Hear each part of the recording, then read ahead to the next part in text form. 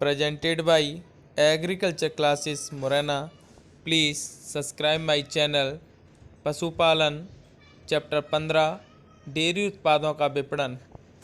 नमस्कार दोस्तों, मैं नरेंद्र सिंह एग्रीकल्चर क्लासेस मुरैना से आप सभी का एक बार फिर से स्वागत करता हूं। आज के इस वीडियो में मैं आपके लिए एक नए चैप्टर के साथ आ रहा हूं।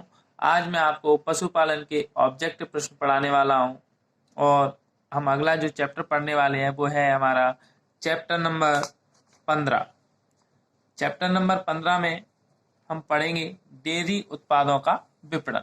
जो डेयरी से संबंधित जो उत्पाद होते हैं उनको बेचने का कार्य कैसे, क्या, कहाँ पे और इससे संबंधित कौन कौन सी संस्थाएं उनके बारे में हम पढ़ेंगे।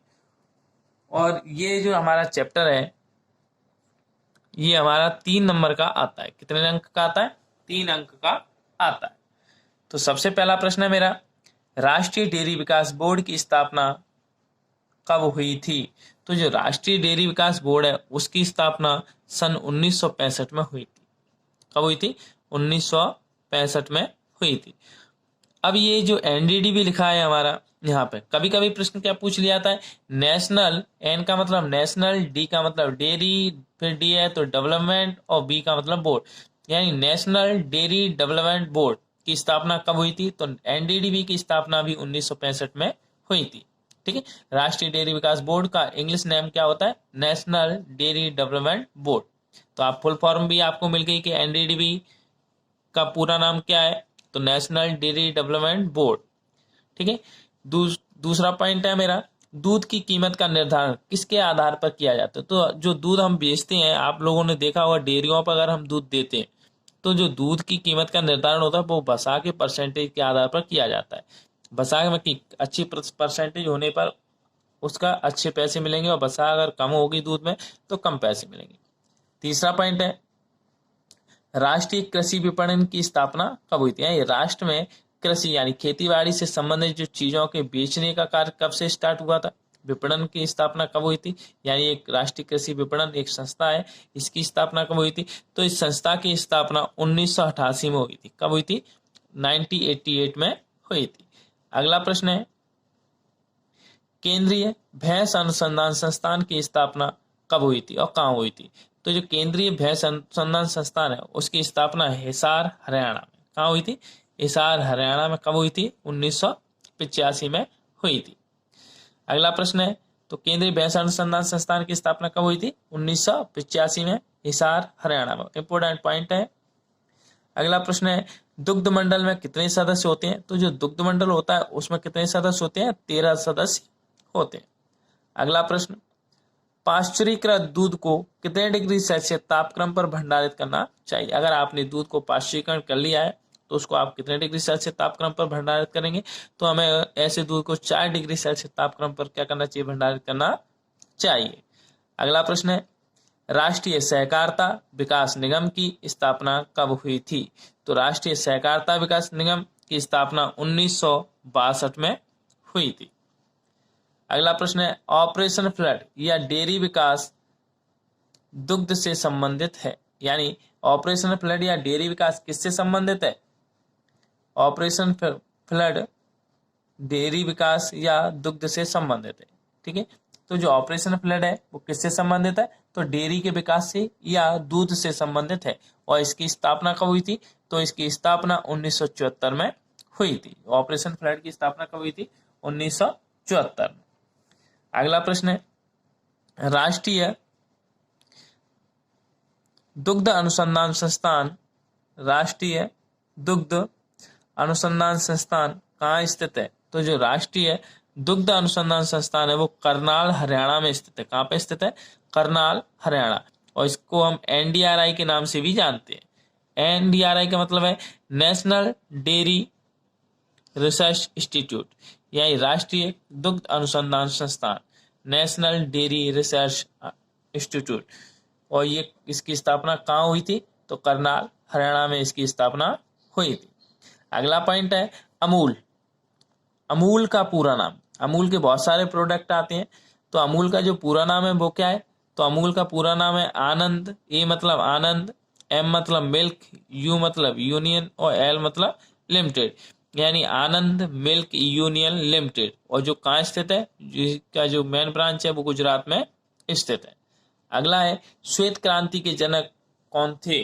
तो श्वेत क्रांति के जनक डॉक्टर वर्गीज कुरियन को माना जाता है। जो वर्गीज कुरियन है डॉक्टर साहब, उनको ही श्वेत क्रांति के जनक के रूप में हम जानते हैं। राष्ट्रीय डेयरी निगम की स्थापना कब हुई थी? तो राष्ट्रीय जो डेयरी निगम है उसकी स्थापना हमने कब की थी? 1970। हमारे देश में राष्ट्रीय डेयरी निगम की स्थापना 1970 में हुई थी, और इसका जो शॉर्ट फॉर्म है वो है आईडीसी। आईडीसी का मतलब है इंडियन डेयरी कॉरपोरेशन। आईडीसी का मतलब क्या? आई मतलब इंडियन, डी मतलब डेयरी, सी मतलब कॉरपोरेशन। तो आईडीसी का पूरा नाम क्या है? इंडियन डेयरी कॉरपोरेशन, और इसकी स्थापना कब हुई थी? 1970 में। अगला पॉइंट है दुग्ध के अवशीतन का उचित तापक्रम कितने डिग्री सेल्सियस होता है? तो जो दूध है उसको ठंडा करने का जो उचित तापक्रम होता है जिसमें वो सुरक्षित बना रहे, तो वो 4 डिग्री सेल्सियस तापक्रम पर या 40 डिग्री फ़ारेनहाइट पर वो रखना चाहिए। अगला प्रश्न है भारत में सर्वाधिक दूध का उत्पादन किस राज्य में होता है? तो भारत में जो सर्वाधिक दूध का उत्पादन होता है वो उत्तर प्रदेश में होता है। कौन से प्रदेश में होता है? उत्तर प्रदेश में होता है, या यूपी में होता है। गाय के दूध में पीलेपन का कारण क्या होता है? तो गाय का जो दूध होता है उसमें कैरोटीन नामक पदार्थ पाया जाता है, और उसी की वजह से गाय का दूध कैसा हो जाता है? पीला हो जाता है। अगला प्रश्न है दुग्ध संघ का ढांचा कैसा होता है? तो जो दुग्ध संघ का जो ढांचा होता है वो त्रिस्तरीय होते हैं, इसमें 3 स्तरों पर कार्य किया जाता है दुग्ध संघ का ढांचे में। ठीक है।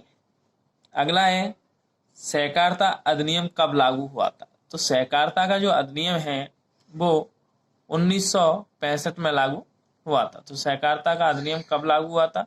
तो सहकारिता का अधिनियम 1965 में लागू हुआ था। ठीक है। कब लागू हुआ था? 1965। सहकारिता कैसा संगठन है? मैंने आपको परिभाषा पढ़ाई थी सहकारिता किसे कहते हैं, तो वहां पे हमने लिखा था सहकारिता कैसा संगठन है? सहकारिता एक ऐच्छिक संगठन, यानी अपनी स्वेच्छा से हम लोग इसमें मिलते हैं और स्वेच्छा से ही हम इसमें काम करते हैं। तो यह कैसा संगठन है? एक ऐच्छिक संगठन होता है।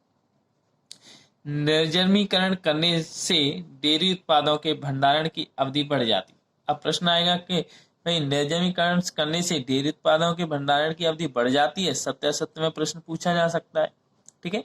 तो निर्जमीकरण करने से डेयरी उत्पादों के जो भंडारण की अवधि बढ़ जाती है। ठीक है। अगला पॉइंट है ऑपरेशन फ्लड का प्रथम चरण कब से कब तक चला?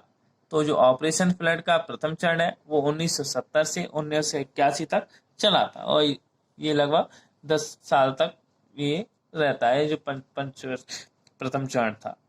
अगला पॉइंट है सहकारिता विकास के लिए 5वीं पंचवर्षीय योजना में कितने करोड़ रुपयों का प्रावधान रखा गया था?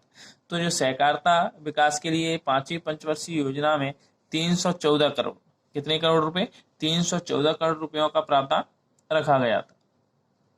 इस तरीके के अगर ये नीचे 2 प्रश्न दिए, इस तरीके के प्रश्न अगर वो पूछता है तो वो कहीं से कुछ भी दे सकता है। जैसे यहाँ पे प्रथम चरण दिया है, द्वितीय चरण, तृतीय चरण, चतुर्थ चरण, पंचम चरण, कुछ भी दे सकता है। ऐसे ही यहाँ पे कि सहकारिता विकास के 5वीं पंचवर्षीय योजना में कितना पैसा खर्च हुआ, चौथी में कितना हुआ, पहली में कितना हुआ। तो ये तो एक ऐसे प्रश्न है कि भाई पूछे, अगर इनसे अलावा कोई भी प्रश्न अगर पूछता है तो वो आपके सारे के सारे प्रश्न यहीं से आपको मिल जाएंगे। आशा करता हूँ आपको ये मेरे प्रश्न ये वीडियो अच्छा लगेगा, और अगर आप लोगों को मेरा वीडियो पसंद आए तो मेरे चैनल को जरूर सब्सक्राइब करें, लाइक कमेंट व भी भेजते रहिए, और अपने दोस्तों के साथ ज़्यादा से ज़्यादा शेयर करें। धन्यवाद। अगर आपको मेरा ये वीडियो पसंद आया हो तो मेरे चैनल को ज़रूर सब्सक्राइब करें।